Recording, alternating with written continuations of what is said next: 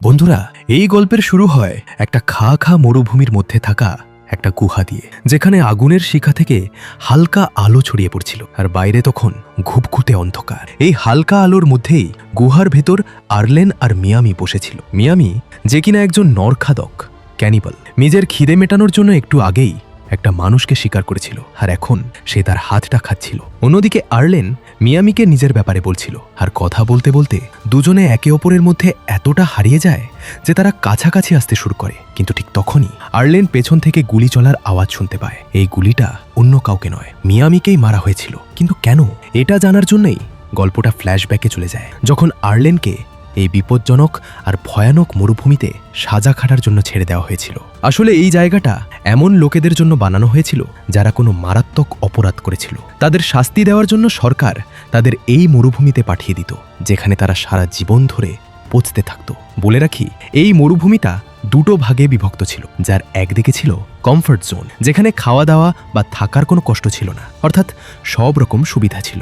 অন্যদিকে দ্বিতীয় অংশে থাকত নরখাদকেরা, ক্যানিবালস, যারা মানুষদের নিজেদের শিকার বানাতো। এই মরুভূমিতেই আমরা আর্লেনকে দেখতে পাই, যাকে দুজন পুলিশ অফিসার এখানে ছেড়ে দিয়ে যায়, কারণ সে এমন কিছু অপরাধ করেছিল যার শাস্তিস্বরূপ তাকে এখন নিজের পুরো জীবনটা এখানেই কাটাতে হবে। সে বেঁচে থাকুক বা মরে যাক, সরকারের তাতে কিচ্ছু যায় আসে না। যাই হোক, আর্লেনকে মরুভূমিতে ছেড়ে দেওয়ার পর অফিসার দুজন সেখান থেকে চলে যায়। এরপর আর্লেন তার কাছে থাকা একটা কাগজ খুলে দেখে, যেখানে লেখা ছিল find the dream comfort. Say comfort জোনের খোঁজে সামনের দিকে এগোতে থাকে, কিন্তু অনেকটা পথ হাঁটার পরও সে কাউকে দেখতে পায় না। মরুভূমির কাঠফাটা রোদ আর পায়ে হেঁটে সফর করার কারণে আর্লেন খুব ক্লান্ত হয়ে পড়ে। তখন সে সামনে একটা গাড়ি দেখতে পায়, আর সেটা দেখে তাড়াতাড়ি তার ভেতর ঢুকে একটু বিশ্রাম নিতে শুরু করে এবং ঘুমিয়ে পড়ে। কিন্তু কিছুক্ষণ পর তার কানে একটা গাড়ির আওয়াজ আসে, যার ফলে আর্লেনের ঘুম ভেঙে যায়। সে বাইরে তাকাতেই বুঝতে পারে যে দুজন লোক হাতে অস্ত্র নিয়ে তারই দিকে এগিয়ে আসছে। এটা বোঝার পর আর্লেন সঙ্গে সঙ্গে গাড়ি থেকে বেরিয়ে দৌড়াতে শুরু করে দেয়, কিন্তু কোনো লাভ হয় না। কিছুটা দৌড়ানোর পরই লোকগুলো তাকে ধরে ফেলে এবং মেরে অজ্ঞান করে দেয়। কিছুক্ষণ পর আর্লেনের যখন জ্ঞান ফেরে, তখন সে দেখতে পায় যে তার হাত পা দড়ি দিয়ে বাঁধা। কিন্তু এসব কে আর কেন করলো, আর ওই দুজন লোকই বা কে ছিল, সেটা আর্লেন কিছুতেই বুঝতে পারছিল না। তখনই তার কাছে একটা মহিলা আসে, যাকে দেখে আর্লেনের মনে হয় যে হয়তো সে তাকে সাহায্য করতে পারে। কিন্তু ওই মহিলা সাহায্য করার বদলে আর্লেনের একটা হাত আর একটা পা কেটে নিজের সাথে নিয়ে যায় এবং তারপর সেগুলো দিয়ে ব্রেকফাস্ট বানায়। এদিকে আর্লেন যন্ত্রণায় ছটফট করতে করতে সেখানেই অজ্ঞান হয়ে যায়। আসলে সে নরখাদকদের ক্যানিবাল ডেরায় ফেসে গিয়েছিল, যাদের এই মরুভূমিতে একটা বিশাল বড় গ্রুপ ছিল। এরা মানুষদের বন্দি করে নিজেদের কাছে রেখে দিত, যাতে কখনো খাবারের অভাব না হয়। এই গ্রুপেই মিয়ামি নামের একটা লোকও নিজের পরিবারের সাথে থাকত, আর সবকিছু ঠিকঠাকই চলছিল। অন্যদিকে আমরা কমফোর্ট জোনকে দেখতে পাই, যেখানে থাকা লোকগুলোর জীবন অনেক বেশি ভালো ছিল। তাদের কাছে খাবারও ছিল, আর খাওয়ার জন্য পরিষ্কার জলও ছিল। আর্লেনও কমফোর্ট জোনে যেতে চাইতো, কিন্তু সেখানে পৌঁছানো অতটা সহজ ছিল না। তার একটা হাত আর পা কাটা পড়েছিল, আর তাকে এখন স্টোর রুমে শেকল দিয়ে বেঁধে রাখা হয়েছিল। কিন্তু আর্লেন যে কোনো উপায়ে শুধু এই নরখাদকদের কবল থেকে মুক্ত হতে চাইছিল। তাই সে নিজের পুরো শরীরে নিজেরই মলমূত্র মাখিয়ে নেয়, যাতে কেউ তাকে না খায়। আর ঠিক এমনটাই হয়। পরের দিন আবার ওই মহিলা আর্লেনের কাছে আসে, কিন্তু তার শরীর থেকে খুব বাজে গন্ধ বেরোচ্ছিল, যে কারণে মহিলাটি তাকে আগে স্নান করানোর কথা ভাবে আর জন আনতে চলে যায়। এর মাঝে আর্লেন কাছে পড়ে থাকা একটা লোহার রড তুলে নেয়, আর ওই মহিলা সেখানে আসতেই আর্লেন তার উপর হামলা করে তাকে মেরে ফেলে। পেছনে বসে থাকা একজন বন্দীও এই সব কিছু দেখছিল, কিন্তু সে কিছু বলতে পারে না, কারণ নরখাদকেরা তার জিভটা খেয়ে নিয়েছিল। যাই হোক, আর্লেন এখন নিজের প্রাণ বাঁচানোর জন্য হামাগুড়ি দিয়ে সেখান থেকে পালাতে শুরু করে। তখনই সে একটা স্কেটবোর্ড দেখতে পায়, যার ওপর শুয়ে সে আস্তে আস্তে ঘষতে ঘষতে অনেকটা পথ এগিয়ে যায়। কিন্তু আর্লেন এখন প্রচণ্ড ক্লান্ত হয়ে পড়েছিল। তার ভেতরে আর সামনে এগোনোর মতো সাহস বেঁচেছিল না, তাই সে ওখানেই থেমে যায়। ঠিক তখনই একটা বয়স্ক লোক নিজের ট্রলি নিয়ে সেখানে আসে, আর আর্লেনকে তার ভেতর শুয়ে নিজের সাথে কমফোর্ট জোনে নিয়ে যায়। সেখানকার লোকেরা আর্লেনের অবস্থা দেখে বুঝে যায় যে নরখাদকেরাই তার সাথে এমনটা করেছে। তারা তার ক্ষতে ব্যান্ডেজ করে দেয় এবং তাকে একটা প্লাস্টিকের পাও দেয়, এমনকি তার খাওয়া দাওয়া আর থাকার ব্যবস্থাও করে দেয়। এই কারণে 5 মাসের মধ্যে আর্লেনের অবস্থা আগের চেয়ে অনেকটাই ভালো হয়ে যায়, আর সে কমফোর্ট জোনটাকেই নিজের বাড়ি মেনে নেয়। অন্যদিকে আমরা মিয়ামিকে দেখি যে তার মেয়ে হানির একটা পেন্টিং বানাচ্ছিল। সে খুব ভালো একজন পেন্টার, কিন্তু তখনই তার কাছে তার স্ত্রী এসে বলে যে আজ তাদের কাছে খাওয়ার মতো কিচ্ছু নেই। এটা শুনে মিয়ামির সাথে সাথে স্টোর রুমে যায়, যেখানে সে একটা মেয়েকে আটকে রেখেছিল। মেয়েটা তার সামনে হাত জোড় করে নিজের প্রাণের ভিক্ষা চায়, কিন্তু মিয়ামি তার একটা কথাও শুনে না এবং এক কোপেই তাকে মেরে ফেলে। এদিকে আর্লেন আয়নার সামনে দাঁড়িয়ে নিজেকে দেখছিল, আর সে যখন নিজের হারিয়ে যাওয়া একটা হাত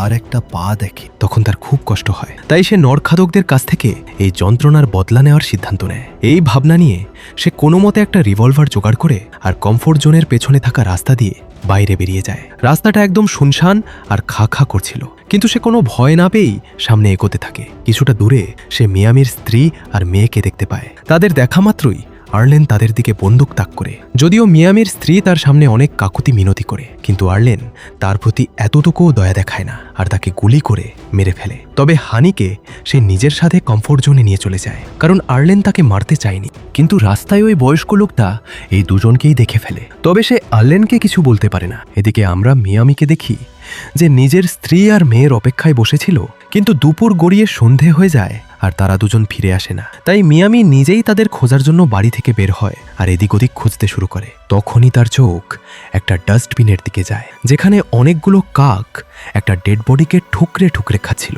সে যখন ওই ডেড বডিটার কাছে গিয়ে দেখে তখন মিয়ামি বুঝতে পারে যে ওটা তো তার নিজেরই স্ত্রী। এটা দেখে সে হানিকে খুঁজতে শুরু করে, কিন্তু মিয়ামি তার মেয়েকে তো খুঁজে পায় না, বরং ওই বয়স্ক লোকটাকে দেখতে পায়। লোকটা তখন ময়লার মধ্যে থেকে খাওয়ার মতো কিছু খুঁজছিল।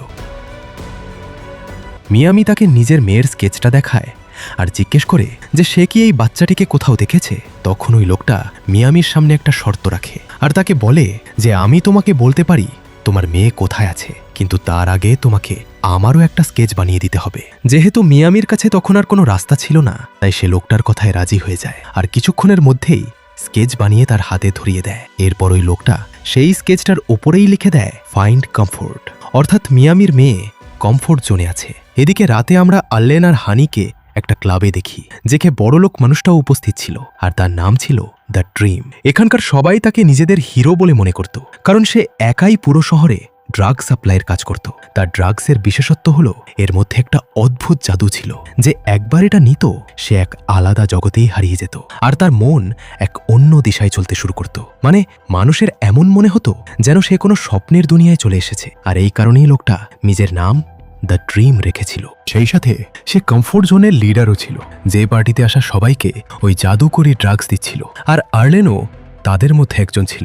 এই সময় আমরা হানিকে দেখি, যাকে আর্লেন কমফোর্ট জোনে আনার সময় তার পছন্দের একটা খরগোশ কিনে দিয়েছিল, আর সে ওই খরগোশটাকে পার্টিতেও নিয়ে এসেছিল। কিন্তু হঠাৎ সেটা হানির হাত ফসকে পালিয়ে যায় আর সে খরগোশটাকে ধরার জন্য তার পেছন পেছন ছুটতে থাকে। তখনই তার সামনে দ্য ড্রিম এসে দাঁড়ায় আর তাকে নিজের সাথে নিয়ে যায়। অন্যদিকে আর্লেন, যে কিনা ড্রাগসের নেশায় একটা অন্য দুনিয়াতেই হারিয়ে গিয়েছিল, তার নিজের চারপাশের সব কিছুকে দারুণ সুন্দর লাগতে শুরু করে। তখনই আর্লেনের হানির কথা মনে পড়ে আর সে তাকে এদিক ওদিক খুঁজতে থাকে, কিন্তু হানিকে সে কোথাও খুঁজে পায় না। এটা দেখে আর্লেন তাকে খুঁজতে খুঁজতে পার্টি থেকে বাইরে বেরিয়ে আসে। হাঁটতে হাঁটতে সে এতটাই দূরে চলে যায় যে সে নিজেই বুঝতে পারে না যে সে কমফোর্ট জোন পার করে মিয়ামির এলাকায় পৌঁছে গেছে। পরের দিন সকালে যখন আর্লেন চোখ খোলে তখন সে নিজের সামনে মিয়ামিকে দাঁড়িয়ে থাকতে দেখে, যার হাতে আর্লেনের প্লাস্টিকের পাটা ছিল, যেটা ছাড়া সে হাঁটতে পারত না। এবার মিয়ামি তাকে হানির স্কেচটা দেখায় আর জিজ্ঞেস করে যে সে কি এই বাচ্চাটিকে কোথাও দেখেছে।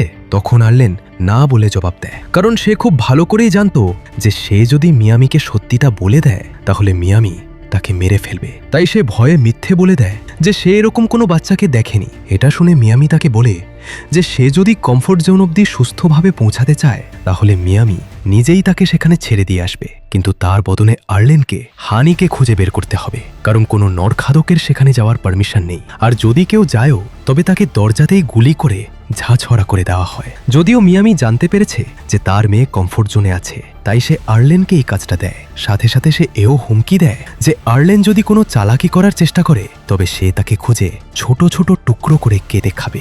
এখন আর্লেনের কাছে যেহেতু আর কোনো উপায় ছিল না, তাই সে এই অফারটা মেনে নেয় আর মিয়ামির পেছন পেছন চলতে শুরু করে।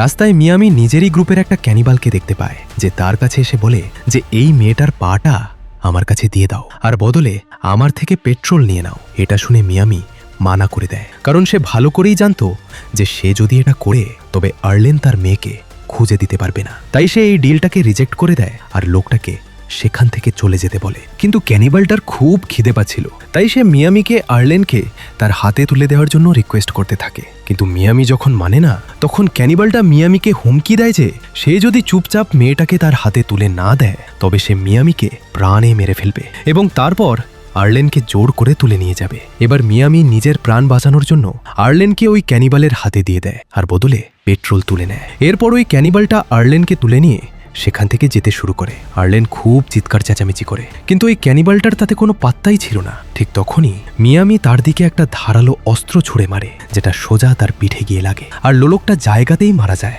মিয়ামি তার কাছে আসে আর তার সব জিনিসপত্র এবং একটা হাত কেটে নিজের কাছে রেখে দেয়। এরপর এরা দুজনে আবার সামনের দিকে এগোতে থাকে, কিন্তু কিছুটা যাওয়ার পরই হঠাৎ একটা ভয়ঙ্কর বালির ঝড় ওদের রাস্তার কাটা হয়ে দাঁড়ায়। চারদিকে শুধু বালি আর বালি ছড়িয়ে পড়ে, যার ফলে ওদের সামনে এগোনো মুশকিল হয়ে যায়। মিয়ামি আর আর্লেন ঝড় থামা পর্যন্ত ওখানেই একটা তাঁবু খাটিয়ে থাকার সিদ্ধান্ত নেয়। এইভাবে রাত হয়ে যায় আর মিয়ামি আর্লেনকে নিয়ে একটা গুহাতে এসে পৌঁছায় যাতে এখানে রাত কাটাতে পারে। বন্ধুরা, এটা মুভির সেই দৃশ্যটাই যেটা আমরা ভিডিওর শুরুতে বলেছিলাম। যাই হোক, মিয়ামি এবার ওই ক্যানিবালের হাতটাকে আগুনে পুড়িয়ে খেতে শুরু করে। তখন আর্লেন তাকে জিজ্ঞেস করে যে সে নরখাদক ক্যানিবাল কিভাবে হলো। তখন মিয়ামি জানায় যে সে যখন 16 বছরের ছিল তখন একটা নৌকায় করে আমেরিকায় চলে এসেছিল, কিন্তু বর্ডারে তাকে ধরে ফেলা হয় কারণ সে বেআইনিভাবে দেশে ঢুকেছিল। তাই তাকে এই মরুভূমিতে ছেড়ে দেওয়া হয়। অন্যদিকে আর্লেনও নিজের ব্যাপারে জানায় যে সে আগে ন্যাশনাল সিকিউরিটিতে কাজ করত, কিন্তু শত্রু দেশের একজন